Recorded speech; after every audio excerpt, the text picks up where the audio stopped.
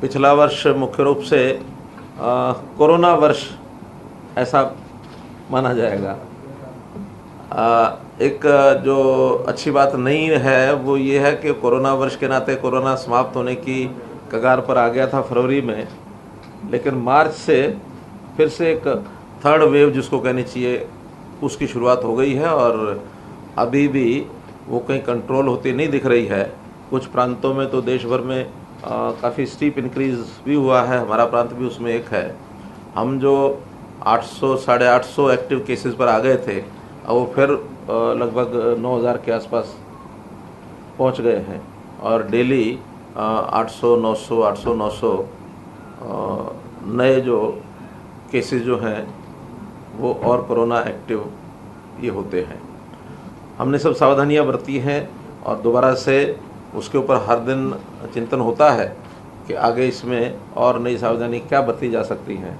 कुल मिलाकर के मास्क पहनने की बात, सोशल डिस्टेंसिंग की बात, सैनिटाइजेशन की बात, ये सब चीज़ें हम इसको फॉलो करने के लिए आग्रह कर रहे हैं।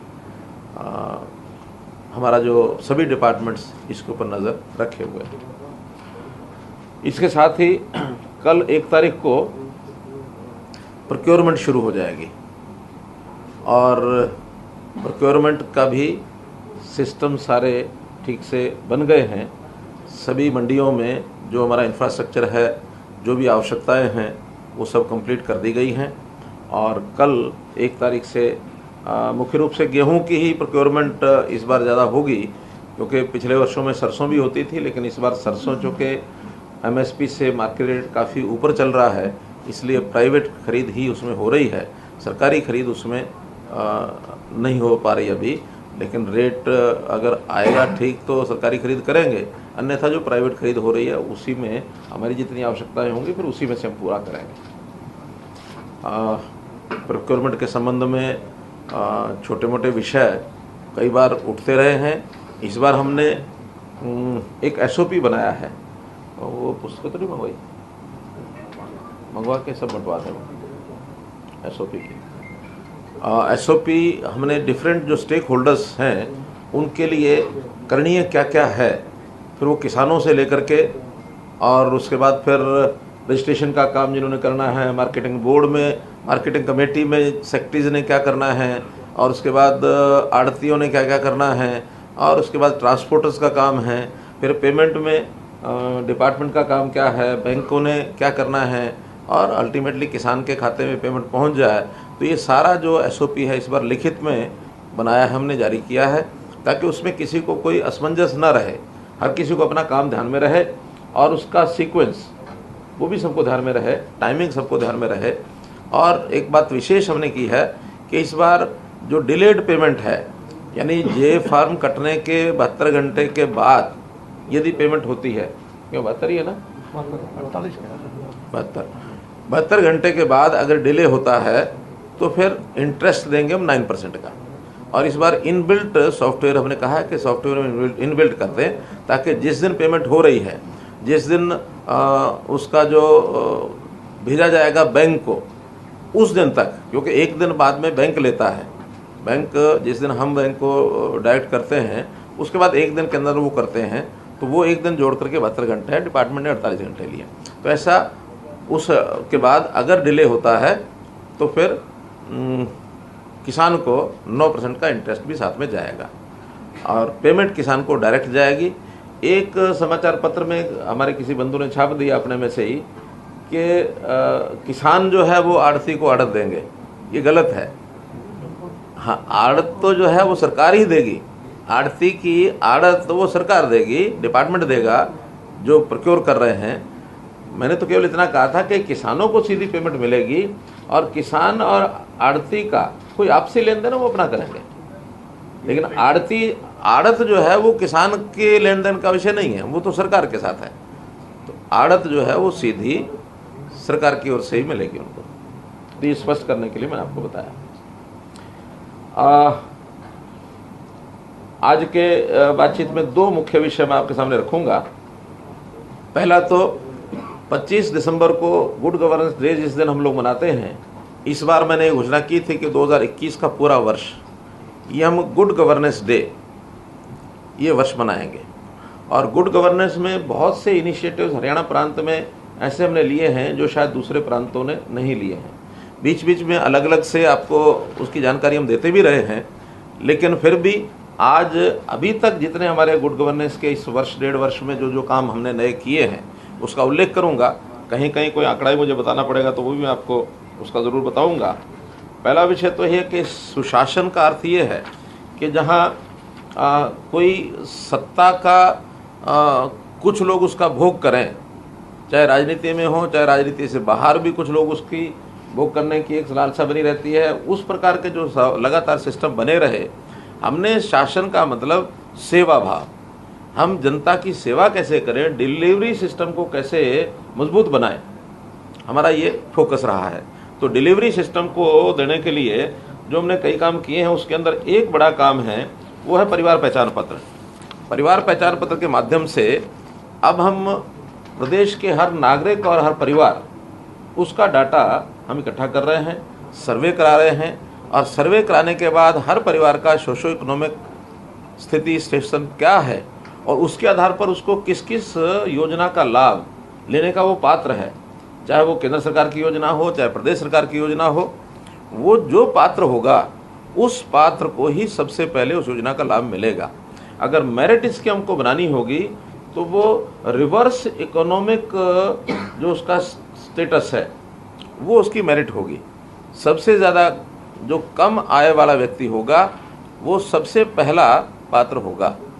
उसी में हमने एक बड़ी योजना जिसका कल से ही एक प्रकार से शुरुआत कर रहे हैं वो है मुख्यमंत्री अंत्योदय परिवार उत्थान योजना। 1 लाख परिवार उसकी सिलेक्शन वो हमने शुरू कर दी है। लगभग 12-13 हज़ार परिवारों का आय का जो मूल्यांकन है, आय का वेरिफिकेशन है, वो हमारे पास होके आ गया है। साथ साथ आता रहेगा, साथ साथ हम काम करते रहेंगे। लगभग 1 लाख परिवार की पहले चरण के अंदर ये हमारी योजनाएं होंगी। उसमें 8-10 तरह के काम डिपार्टमेंट्स ने मिलकर सोचे हैं जिसमें उनकी ऑप्शन ली जाएगी कि वो क्या काम करना चाहता है। वो कहीं, क्योंकि सामान्य व्यक्ति होंगे इसमें, सामान्यतः जो अनपढ़ गरीब परिवार हैं वो ही ज़्यादा होंगे, और उनको जो काम करने लायक खास करके मजदूरियां हैं, कई तरह की ठेकेदारी की मजदूरी है, कहीं मनरेगा का काम है, कहीं पंचायत में तरह तरह के काम हैं, या इंडस्ट्री के अंदर इस प्रकार के लोगों की प्राइवेट नौकरियों की ज़रूरत पड़ेगी तो वो उनको ऑफर करेंगे। कुछ इंडस्ट्री के लोगों से हमारा तालमेल कर भी लिया हमने। और जहाँ कहीं सरकार में आवश्यक होगा, उसकी इतनी योग्यता किसी की होगी तो सरकार में देंगे। कोई सेल्फ एम्प्लॉयमेंट के नाते अपना रोज़गार करना चाहता है, मानो कोई 2 पशु बांध करके दूध का काम करना चाहता है तो उसको आर्थिक सहायता उसकी वो कराएंगे, बैंक से कराएंगे। बैंक से बहुत सी स्कीमें हैं, बहुत सी ये जो माइक्रो फाइनेंस के सिस्टम्स हैं बहुत एजेंसियों के, उनके साथ हमने बातचीत की है। उनका हम भी जो है अपने सिस्टम से उनको सहायता कर सकते हैं। अर्थात कोई भी परिवार जिसकी न्यूनतम आय 1 लाख रुपया प्रति वर्ष ज़रूर हो, ऐसी योजना पर हम काम कर रहे हैं। सरकारी नौकरियां अपने को जैसे बताया कि हमने पारदर्शी तरीके से नौकरियां दी, ये भी हमारा अपने आप में एक यूनिक एक प्रोजेक्ट जिसमें न पर्ची न खर्ची, ऐसा एक विषय सारे देश में इसकी जानकारी लोग हमसे लेते हैं कि आप इसको कैसे संभव कर पाए हैं। इसी प्रकार एक योजना हमने ग्रामीण क्षेत्र में लाल डोरा, इसकी मुक्ति स्वामित्व योजना प्रधानमंत्री जी ने इसकी घोषणा की, और मुझे खुशी है कि हमने वो एक गांव से जो शुरू की थी उसको सारे देश भर में प्रधानमंत्री जी ने लागू कर दिया है, ताकि लाल डोरा के अंदर की जो प्रॉपर्टी है लोगों की, जिसके बहुत झगड़े लोगों के होते हैं, उसका रेवेन्यू रिकॉर्ड बन जाए और उसमें उनको रेवेन्यू रिकॉर्ड बनने के बाद एक मलकियत उनकी अपनी हो जाए, जिसका लाभ उनको निश्चित रूप से मिलने ही वाला है। झगड़े खत्म होंगे, बैंक से कोई फाइनेंस करा सकता है और उसको बेचना हो तो आसानी से अच्छी कीमत पर बेचता भी है। इसके कारण से गांव की प्रॉपर्टी की कीमत भी बढ़ गई है। तो इसलिए ये एक स्वामित्व योजना ये हमने शुरू की। ऐसा पानी बचाने का एक संकल्प हमने लिया है कि पानी का प्रबंधन ये अच्छा किया जाए, बल्कि उसके लिए तो बजट में हमने कहा है कि ये 2 वर्षीय जल प्रबंधन योजना, 2 साल की योजना बनाएंगे, जिसमें पानी की एक एक बूंद इसको बचाना, और उसको मानो अगर गंदा पानी है या यूज जिसका है उसको रीयूज़ करने के लिए 25% का टारगेट हमने रखा है इस बार के 25% पानी जो ट्रीटेड वाटर है उसका उपयोग चाहे इरिगेशन के लिए, चाहे इंडस्ट्री के लिए, चाहे बागवानी के लिए, जहाँ भी उसकी आवश्यकता होगी उसका हम उपयोग करेंगे। इसमें हमने एक मेरा पानी मेरी विरासत ये योजना भी चलाई ताकि किसान वो पानी का कम उपयोग करे और जो डार्क जोन हो गए हैं उसके अंदर पानी का दोहन वो कम करेगा। तो उसको भी लगना चाहिए कि मेरी ज़मीन बिना पानी के इसका कोई उपयोग नहीं है, कोई अर्थ नहीं है। मैं अपने लिए आने वाली पीढ़ी को ज़मीन के साथ पानी का भी प्रबंध करके जाऊँ कि पानी भी बचा रहना चाहिए। उसके लिए रिचार्जिंग के हमने प्रोजेक्ट चालू किए हैं। धान की बजाय अन्य फसलें लोग बोएं उसके लिए अलग से इंसेंटिव दिए हैं। तो एक ये नई योजना हमने की है। फसल का ठीक ब्यौरा ये किसानों का बना सकें और रेवेन्यू रिकॉर्ड के साथ जोड़ के बना सकें। आज किसान जो है उसकी ठीक परिभाषा इसका भी एक अभाव है। आज वो ज़मीन का मालिक है, खेती करता है कि नहीं करता है, किसान उसी को माना जाता है। हम उस पर नए प्रकार से आ रहे हैं। मालिक होना एक चीज़ है, खेती करना दूसरी चीज़ है। वो स्वयं जो मालिक है वो खेती कर भी सकता है और वो नहीं भी कर सकता है, तो वो ओनर ऑफ द लैंड कहलाएगा। लेकिन जो काश्तकार है, अगर वो मालिक खुद काश्तकार है तो किसान भी होगा। अगर वो खुद काश्तकार नहीं है तो जो खेती करता है, चाहे उससे ठेके पर लेकर करता है, बटाई पर लेकर करता है, तो वो जो है किसान वास्तव में वो कहलाएगा। और अभी तक ऐसे किसान जो खुद भू मालिक नहीं हैं उनको बहुत कठिनाई होती है। जितने मुआवजे हैं, जितनी सेल प्रोसीड्स हैं, ये उनके खाते में नहीं जाते। हमने बदल करके मेरी फसल मेरा ब्यौरा इसमें जो खेती करता है उसका अलग से उल्लेख करके सारे लाभ उसको देने के लिए शुरुआत की है। इसके लिए बहुत जल्दी एक लेजिस्लेशन भी लेके आएंगे हम। उस लेजिस्लेशन में भी आज जिनको खतरा ये रहता है कि हमारी गिरदावरी के कॉलम में केवल मालिक का ही नाम होना चाहिए, दूसरा होगा तो उसको खतरा हो जाता है कहीं मेरी ज़मीन पर कब्जा ना हो जाए, हम उस लेजिस्लेशन से उनका भय भी दूर करेंगे कि जो खेती करता है वो किसान है, वो मलकियत से उसका कोई संबंध नहीं है। मालिक हो भी सकता, नहीं भी हो सकता, या जो मालिक है वो किसान हो भी सकता, नहीं भी हो सकता। तो ऐसा एक बिल्कुल क्लियर कट कंसेप्ट ये हम नया लेकर के आए हैं। किसान वो मालिक है, खेती बटाई पर दे रखी है तो वो मालिक है। किसान तो आएगा जिससे जो खेती कर रहा है वो उसका खेती करने के बाद आधी बटाई उसको देता है, वो उसका इनकम उसकी आधी है। लेकिन किसान जो खेती खुद करता है वो किसान है। ऐसे ही नौकरियों के लिए खास करके ग्रुप सी और डी, इसमें मल्टीपल जितनी भी डिमांड आती रहती है, हर डिमांड के साथ उसकी जो फॉर्म भरते थे और उसमें साल भर में कई बार एग्ज़ाम देना, हर एग्ज़ाम के लिए पोस्टिंग कितनी भी हों, लाखों लोग लाइन में लगते थे, एग्ज़ाम देते थे। तो हमने उसको वन टाइम रजिस्ट्रेशन ये शुरू किया है और एक eligibility test, common eligibility test, इसका एक प्रावधान किया है जो अब अगले इस वर्ष से शुरू होने वाला है। रजिस्ट्रेशन शुरू हो गई है, उसकी अंतिम तिथि अभी हमने 31 मार्च रखी हुई थी, लेकिन आज मैं उसकी घोषणा कर रहा हूं कि वो 31 मई हमने कर दी है, 2 महीने और बढ़ा दिया है। अभी तक आंकड़ा जो बताया जा रहा है मुझे, 4,59,521 कैंडिडेट ने अपने फॉर्म भर दिए हैं, जिसमें से 3,20,000 हरियाणा के रेजिडेंट्स हैं और कुछ ऐसे जिन्होंने स्पेसिफाई नहीं किया कि वो हरियाणा के हैं, बाहर के हैं, 1,36,000 ऐसे हैं। हो सकता है ये भी हरियाणा के हों या बाहर के हों, लेकिन जिन्होंने स्पेसिफाई किया है 3,20,000 हैं। हम इसके साथ परिवार पहचान पत्र भी जोड़ने वाले हैं ताकि उससे ये सुनिश्चित हो जाएगा। जोड़ दिया हाँ, नहीं कर रहे हैं अभी वो 1,36,000 जो ऐसे ही हैं। तो जो हरियाणा का दिखाएगा वो परिवार पहचान पत्र जरूर दिखाएगा, जो हरियाणा का नहीं दिखाएगा वो अभी उसके बिना भी रजिस्टर कर सकता है, क्योंकि हम संवैधानिक तौर पर उसको मना नहीं कर सकते। तो रजिस्ट्रेशन तो वो भी कराएगा। 31 मई, 2 महीने और बढ़ा दी, क्योंकि अभी सारा ये जो एग्ज़ाम होंगे वो मई के बाद ही होंगे। 3 महीने तो अभी हमने जो एजेंसी हायर करनी है एग्ज़ाम के लिए, वो सारे सिस्टम के लिए, उसको 3 महीने का टाइम चाहिए, वो अभी हम करने वाले हैं ताकि 3 महीने उसमें लगेंगे। और उसके बाद फिर जून के बाद फिर इस बीच में जो नए रिजल्ट्स भी लोगों के आ जाएंगे वो भी इसमें जोड़ पाएंगे मई तक। ऐसे ही ये जो IAS HCS जो कुछ सीटें मुख्यमंत्री की मुट्ठी में होती थी, हमने वो खोल दी। हमने कहा भाई हमको अपने हाथ से किसी को ना IAS बनाना ना ICS बनाना, आओ जो योग्यता रखते हैं उनका एग्ज़ाम होगा, उसमें जो मेरिट में आएंगे उस मेरिट के बाद जो प्रोसीजर होगा उससे वो बनेंगे। और इसमें HCS तो आपको पता है एक खेप बन चुकी है, IAS भी एग्ज़ाम होकर के उसकी एक लिस्ट UPSC में जा चुकी है, उनका प्रोसीजर है, वो जिनको सेलेक्ट करके भेजेंगे उनको हम सेलेक्ट करेंगे। तो ये भी अपने आप में एक नया एक जो हमारा सुशासन का एक बिंदु।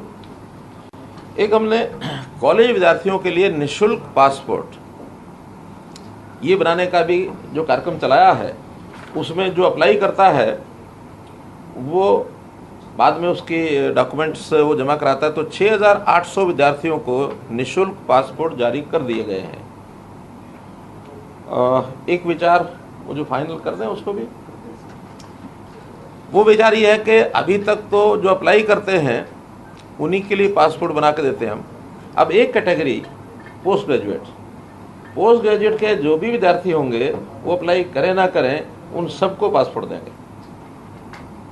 अभी इसके नीचे नहीं किया, इसके नीचे जिनको बनवाना बनवाए, लेकिन पोस्ट ग्रेजुएट के जितने विद्यार्थी यूनिवर्सिटीज़ में हैं या कॉलेजेस में हैं हरियाणा में, उनको सबको कोई ना भी अप्लाई करे, सबका एक प्रकार से पाठ्यक्रम का हिस्सा हो जाएगा कि डिग्री लेके जाएगा तो साथ में पासपोर्ट लेके जाएगा।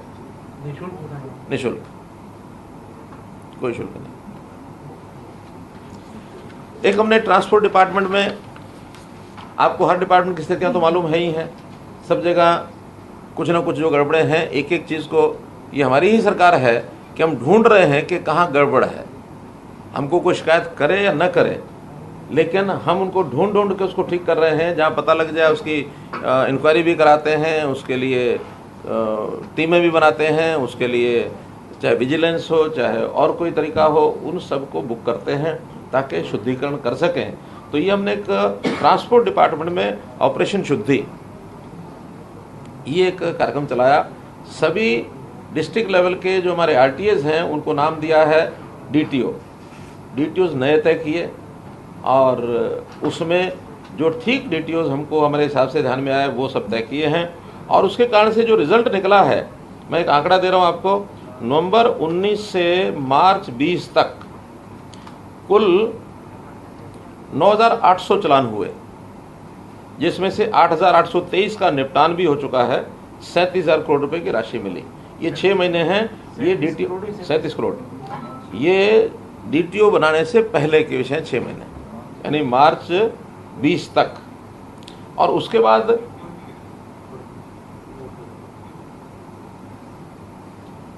नवंबर 20 से और 29 मार्च, यानी यही कॉरस्पॉन्डिंग पीरियड इस समय का, इस 6 महीने में, नवंबर दिसंबर जनवरी 5 महीने में, इन 5 महीनों में जहां पहले 9,000 चालान थे, अब ये 25,000 चालान हुए हैं। और इसमें से 22,400 का निपटान हो चुका है और 72 करोड़ रुपए की राशि ये वसूल की गई है। यानी एक प्रकार से डबल ये राशि हो गई और डबल से भी ज़्यादा चालान भी हुए। तो ये एक परिणाम है उसका कि कुछ लोग अब थोड़ा ठीक शिद्दत से काम कर रहे हैं कि गलत काम को नहीं करने देने, चाहे वो ओवर स्पीडिंग हो, चाहे वो ओवरलोडिंग हो, किसी प्रकार की, या डॉक्यूमेंट्स नहीं हैं उसको ठीक करके चलें। तो एक एक चीज़ को ठीक कर रहे हैं। एक योजना आगे हमारी है कि ओवर स्पीडिंग जो है, कुछ एरिया जैसे हम तय करने वाले फास्ट रोड्स जिसमें ऑटोमेटिक चालान हो, ऑटोमेटिक चालान हो। सुझाव तो यहाँ तक भी आया है कि चालान की जो राशि है वो ऑटो डेबिट हो जाएगा, मांगना भी नहीं पड़ेगा। कोई यहाँ से दिल्ली जा रहा है, रास्ते में कब चालान हो गया और कब उसकी राशि बैंक से निकल गई, उसको एक SMS जाएगा, you have been challan under this this this and this much amount has been debited from your account. अब एक सुझाव है, देखें डिपार्टमेंट के लोग इसको कितना जल्दी तैयार कर सकते हैं। लेकिन मैं बता रहा हूँ कि हम अपने सुशासन को किस तरीके से आगे बढ़ा रहे हैं, उसका एक मैं उदाहरण दे रहा हूँ आपको। ना कोई अपील, ना कोई कल से 5,000 से ऊपर, ना कोई अपील, ना कोई कल से 5,000 से ऊपर वाली जो राशि है वो ऑटो डेबिट नहीं हो पाएगी। मतलब उससे पहले नहीं, अभी तो हमने ऑटो डेबिट किया नहीं है। कल से प्रोविजन हो रहा है 1 अप्रैल से। क्या? ऑटो डेबिट जो होता है वो 5,000 से ऊपर का अगर कुछ होगा तो उसके लिए बैंक से पूछना पड़ेगा। गाँव वाले खैर वो पता नहीं मुझे, लेकिन ऑटो डेबिट होने के बाद अगर उसको अपील करना है तो अपील करने के बाद अगर उसका गलत चालान हुआ तो ऑटो क्रेडिट भी हो जाएगा, उसको कहीं कोई समस्या नहीं आएगी। कोई कह रहा है गलत हो गया जी, तो उसकी अपील का रास्ता है। देखिए, जिसकी गलती है तो भुगतान तो उसी को करना पड़ेगा। विदेशों में है, अभी तक तो यही है, हमारे से पहले कोई ना कर जाए। फिर हमने शुरू किया रजिस्ट्रियों का ई पंजीकरण, जो 1 साल पहले शुरू किया था। उसमें उस जो प्रावधान किए गए थे उस समय उसमें सफलता मिली, लेकिन बाद में ये जो 7A का मामला है इसका दुरुपयोग भी हुआ है। आपको मालूम है, इसलिए हमें भी मालूम है, तो उसकी शिकायतें बहुत आई हैं, इंक्वायरियाँ भी हुई हैं, कहाँ कहाँ क्या क्या गड़बड़ हुई है उसका अध्ययन करने के बाद अब उस 7A को भी हमने चोक कर दिया है कि अब ये रजिस्ट्री 7A जहाँ जहाँ लागू है वहाँ नहीं होगी। पहले थोड़ा परमिशन लेके उसमें लूप होल कई तरह थे, उस नाते से वो करा देते थे नीचे, लेकिन अब उसको लूप होल को बंद किया है। इसकी कुछ कठिनाइयाँ आ रही हैं, लेकिन उन कठिनाइयों को दूर करने के लिए सावधानी ज़रूर बरतेंगे कि कठिनाई भी दूर हो, लेकिन उसमें कोई लूप होल भी नहीं छोड़ेंगे ताकि भ्रष्टाचार ना हो। अब इससे एक जो उसका लाभ होगा, अनऑथोराइज्ड कॉलोनीज ये नहीं बन पाएंगी। अभी तो हज़ारों की संख्या में हर सरकार उनको रेगुलर करती रही है, हमने भी एक बार रेगुलर की है, अब भी रेगुलेशन का एक मूव चलाया हुआ है हमने, उनको करेंगे। लेकिन आगे ना बने, कम से कम कोई एक समय ऐसा ज़रूर हमें तय करना पड़ेगा कि इसके बाद इसको चेक लगे। तो हमने उसको 7A को सख्ती से लागू किया है कि 1 एकड़ से नीचे जो भी ज़मीन होगी वो रजिस्ट्री कराते समय उसका NOC लेना पड़ेगा, और एग्रीकल्चर लैंड तो हो पाएगी, non agriculture land unauthorise colony में कहीं भी रजिस्ट्रेशन उसकी नहीं होगी। पहले बीच में आपने जो ये किया था कि NOC ULB से आएगा, DGP से आएगा, ऑटोमेटिकली आएगा, नहीं तो ड्यूल माना जाएगा, फिर उसके बाद ही वो दी जाएगी, वो प्रक्रिया बंद कर रहे हैं? नहीं, उसमें अब डिपार्टमेंट लगे हुए हैं, जहाँ कहीं लूप होल है उसको चेक करेंगे। ये टोटली बंद करिए जहाँ पर भाई अगर मान लो हम सुविधा के लिए ये करें कि ऑटोमेटिक कर दें और कहीं डिपार्टमेंट के साथ मिलजुल करके कोई उसको डिपार्टमेंट में चढ़ाया नहीं, डीम्ड हो गया तो गड़बड़ तो हो ही गई। इसलिए जहाँ गड़बड़ होने के चांस हैं उसको डीम्ड भी बंद करेंगे। पूर्णतः बंद है 7A? हाँ, 7A बिल्कुल बंद। 7A में जो उचित एग्रीकल्चर की लैंड है वही होगी।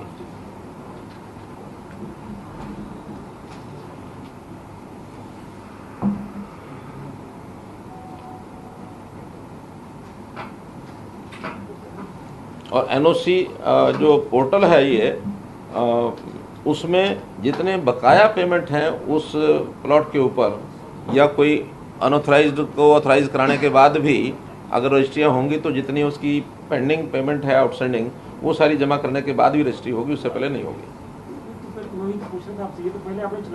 वो चला रखा है, लेकिन अब NOC जो एरिया 7A का है उसमें ज़रूरी है। उसमें पैसे भी जमा होते थे तभी मिल पाते थे, LB से पैसे जमा होंगे तब वो जाके आगे। लेकिन अब अनऑथराइज में अपने आप को कराने लग जाएगा, उसको नहीं करेंगे ना। अब जो ऑथराइज एरिया करेंगे उसी में होंगी रजिस्ट्रियाँ।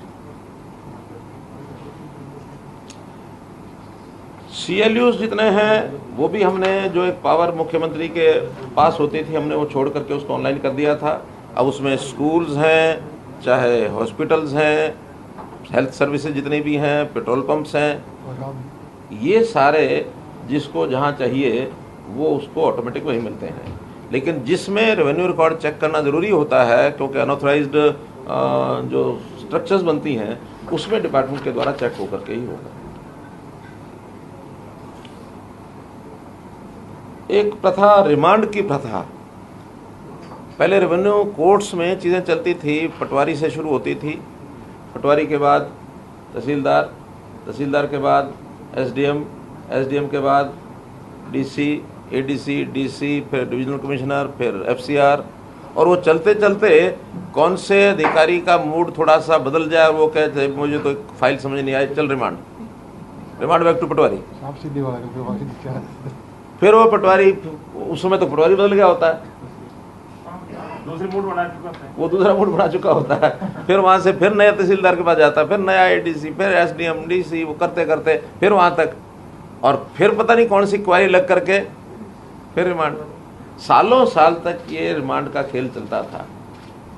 हमने रिमांड का खेल खत्म कर दिया कि जो भी कोई एक अधिकारी अपना निर्णय देगा, एक अपील होगी, उस सेकंड अपील में जो उन्होंने निर्णय कर दिया उसके बाद आगे अपील नहीं होगी। इसके बाद आपने जाना तो सीधा सिविल कोर्ट जाओ, क्योंकि ये जो खेल है 20-20, 30-30 साल का प्रॉपर्टीज का, यानी पीढ़ियां निकल जाती हैं, तब तक भी ये खेल चलते रहते हैं रेवेन्यू रिकॉर्ड्स में ये सारे। और बहुत तकलीफ है, ज़मीनों के लिटिगेशन सबसे ज़्यादा है, चाहे सिविल कोर्ट में है और चाहे रेवेन्यू कोर्ट में, सबसे ज़्यादा। तो इनको कैसे ख़त्म किया जाए, उसमें रजिस्ट्रेशन का काम एक तरफ चल रहा है, लिटिगेशन ख़त्म करने का सिलसिला कोर्ट से भी हमारी बातचीत चल रही है कि इनको बंचेज में आप लोग कैसे ख़त्म कर सकते हो, करो।